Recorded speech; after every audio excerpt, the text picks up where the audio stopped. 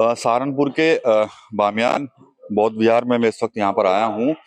अब से कुछ देर पहले एक बैठक हुई है यहाँ पर, और उस बैठक के अंदर जो हरियाणा के जो आईपीएस अधिकारी थे वाई पूरन सिंह, उनको लेकर यहाँ पर लोगों ने आपस में विचार जो है यहाँ पर रखे, क्योंकि जो हादसा हुआ उनके साथ, जिस तरह से उन्होंने सुसाइड किया, उसको लेकर यहाँ पर आज जो दलित चिंतक हैं उन्होंने मंथन जो है वो यहाँ पर किया है।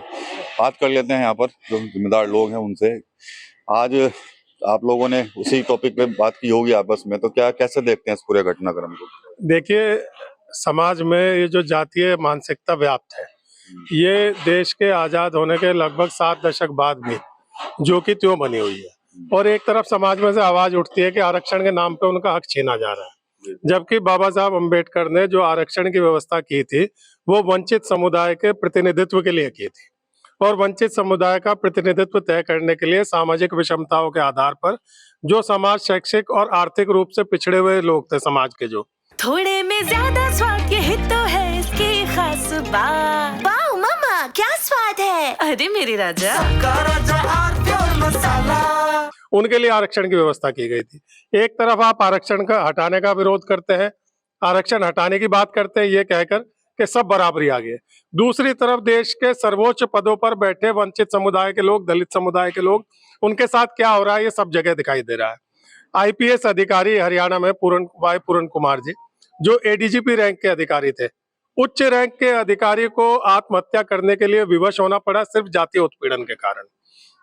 देश के इन 4 जो लोकतंत्र के मुख्य स्तंभ है, उसमें विधायिका है, कार्यपालिका है, न्यायपालिका है, और चौथे आप हैं प्रेस। उनमें सबसे महत्वपूर्ण स्तंभ न्यायपालिका, उसके सर्वोच्च पद पर बैठे हुए मुख्य न्यायाधीश के ऊपर जूता फेंकने का प्रयास हो रहा है, सिर्फ इसलिए कि वो एक दलित है, चाहे धर्म की आड़ में, चाहे सनातन का हवाला देकर। परंतु ये जातीय मानसिकता इस समाज को तोड़ देगी, और कहीं ना कहीं जो आपसी सद्भाव और भाईचारा बनने का प्रयास हर तरफ से किया जा रहा है, वैमनस्य फैलाने का काम करेगी। दूसरी बात यह है कि जब तक सामाजिक विषमताएं व्याप्त रहेंगी तब तक आरक्षण जारी रखना पड़ेगा, और आरक्षण के अलावा भी आपको और बहुत सारी मुहिम चलानी पड़ेगी ताकि सामाजिक समरसता पैदा हो सके। और मैं एक बात और कहना चाहता हूं कि जो आतंकवाद के लिए कानून बने, उसमें पोटा है, पहले टाडा बना था। मैं कह रहा हूं कि आज के समाज की जरूरत यह है कि जो जातिवादी है वही असली आतंकवादी है, उनके ऊपर आतंक विरोधी कानून लागू होना चाहिए।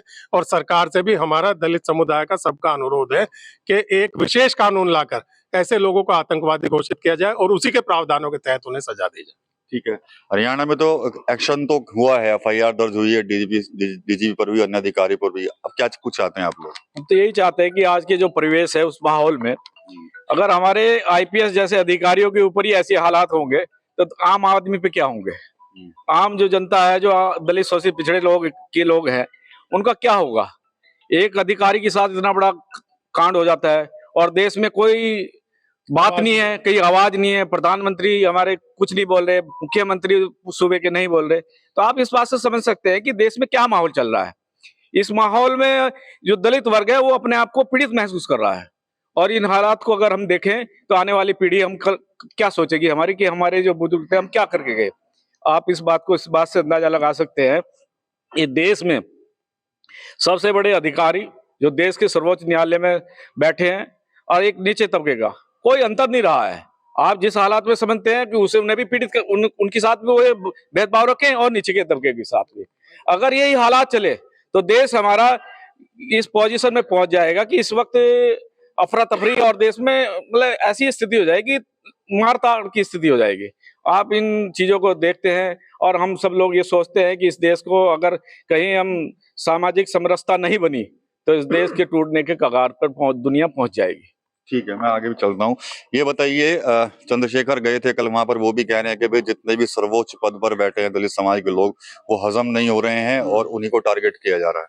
नहीं, ये तो सच्चाई है, ये बिल्कुल सच्चाई है। तीनों घटनाएं जो आपके पूरे देश के सामने हैं, न्यायपालिका हो, आईपीएस अधिकारी हो, या रायबरेली की उस मतलब स्टूडेंट की घटना हो, तो अभी भी समानता वाली कोई बात नहीं है।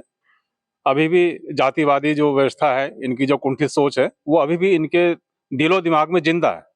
अभी जैसे सतीश भाई साहब ने कहा आतंकवादी शब्द इस्तेमाल किया, तो ये जातंकवादी है। ये आतंकवाद से भी बड़ा खतरनाक एक जो कोड है वो इन लोगों के दिमाग में अभी भी भरा हुआ है। तो जब तक ये नहीं निकलेगा तब तक हम समानता की बात नहीं कर सकते। और ये मान के चलना चाहिए कि हमारे संविधान में बाबा साहब ने जो समानता की बात कही है, तो इसका सीधा सीधा तात्पर्य यह है कि हम आज की तारीख तक भी हम संविधान को लागू नहीं कर पाए। आप क्या चाहते हैं, क्या कुछ होना चाहिए? मतलब हम लोग तो सभी यही चाहते हैं, अगर भाई देश को बचाने के लिए एकता होनी जरूरी है। और जब ये सब इस प्रकार की बातें नहीं होंगी तभी एकता होगी। और वैसे तो हमारे जितने नेता और सब लोग ये कहते हैं अगर भाई हम जो है सब एक है, हिंदू भाई इतने हम एक हैं, मगर एक कहाँ है? जब इस प्रकार की ये भावना सब लोगों के अंदर है, अगर भाई दलित है ये तो जब यदि वोट या किस प्रकार की बात होती है तब उस समय कहते हैं हम सब एक हैं, बटेंगे तो कटेंगे। तो ये कहाँ का वो है भाई? ये तो कोई न्याय नहीं है, बटेंगे तो कटेंगे। तो ये तो होगा ही, एक ना एक दिन जो है विद्रोह पैदा होगा देश में। और जैसा पहले होता है इस तरह की संभावना हो सकती है। 2-3 कंट्रियों में और हो चुका है भाई, श्रीलंका, बांग्लादेश और उसमें हो चुका भी। तो इस प्रकार की नौबत आ सकती है आगे चल के। बस ये कुछ कहना चाहेंगे आप?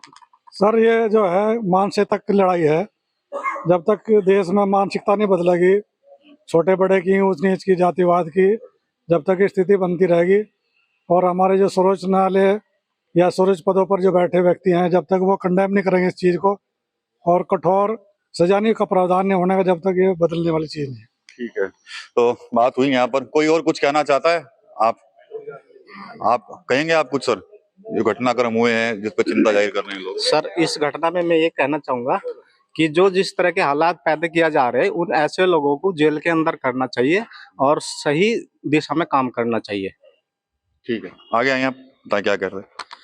मैं जो अभी जिस मुद्दे पर हम लोग चर्चा कर रहे हैं बहुत संवेदनशील मुद्दा है। और भारत का जो संविधान है वो जो है, भारत की प्रस्तावना जो है वो कह रही है हम धर्मनिरपेक्ष देश है, समता समानता बंधुता की भारत की प्रस्तावना जो है ये बात बता रही है। लेकिन जो सर्वोच्च पदों पर जो लोग बैठ गए, जो मतलब एक जो है जातिवादी मानसिकता लोग जो रख रहे हैं वो बहुत जो है गलत है।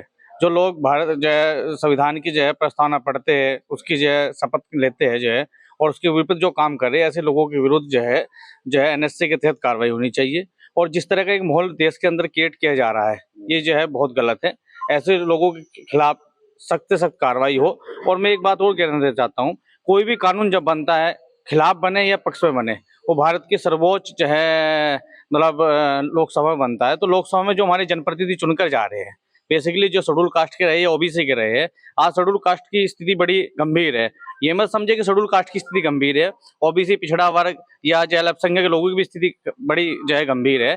आज शेड्यूल कास्ट का आदमी पिटेगा तो कल जो है OBC का, पिछड़े वर्ग का या जो है मतलब माइनॉरिटी का आदमी पिटेगा। तो जो है आज हमारा समय है खराब है, कल उनका भी आएगा। तो हमें सब लोगों को मिलकर चलना चाहिए। हम बहुजन समाज के लोग हैं और इस आवाज को बुलंद करना चाहिए। और जो है जो लोगों ने जो है हमारे जो IPS अधिकारी थे जिनके साथ में बहुत जो है गलत व्यवहार किया गया, उन्होंने आत्महत्या की है, जो है ऐसे लोगों के खिलाफ NSA के तहत जो है सख्त से सख्त कार्रवाई होनी चाहिए। चलिए ठीक है, तो यहाँ पर हमने तो दलित समाज के जो जिम्मेदार लोग हैं, दलित चिंतक हैं, उनसे यहाँ पर बात की है। तो कहीं ना कहीं मांग सभी की एक सख्त कानून बने और इसके अलावा जो भी घटनाएं हो रही हैं उन पर नाराजगी भी है और साथ ही साथ चिंता जो है इनकी तरफ से जाहिर भी की गई है। टीवी 9 UP के लिए सहारनपुर से विकास कर रही है। अरे श्रीमती जी कुछ तो सस्ता लो।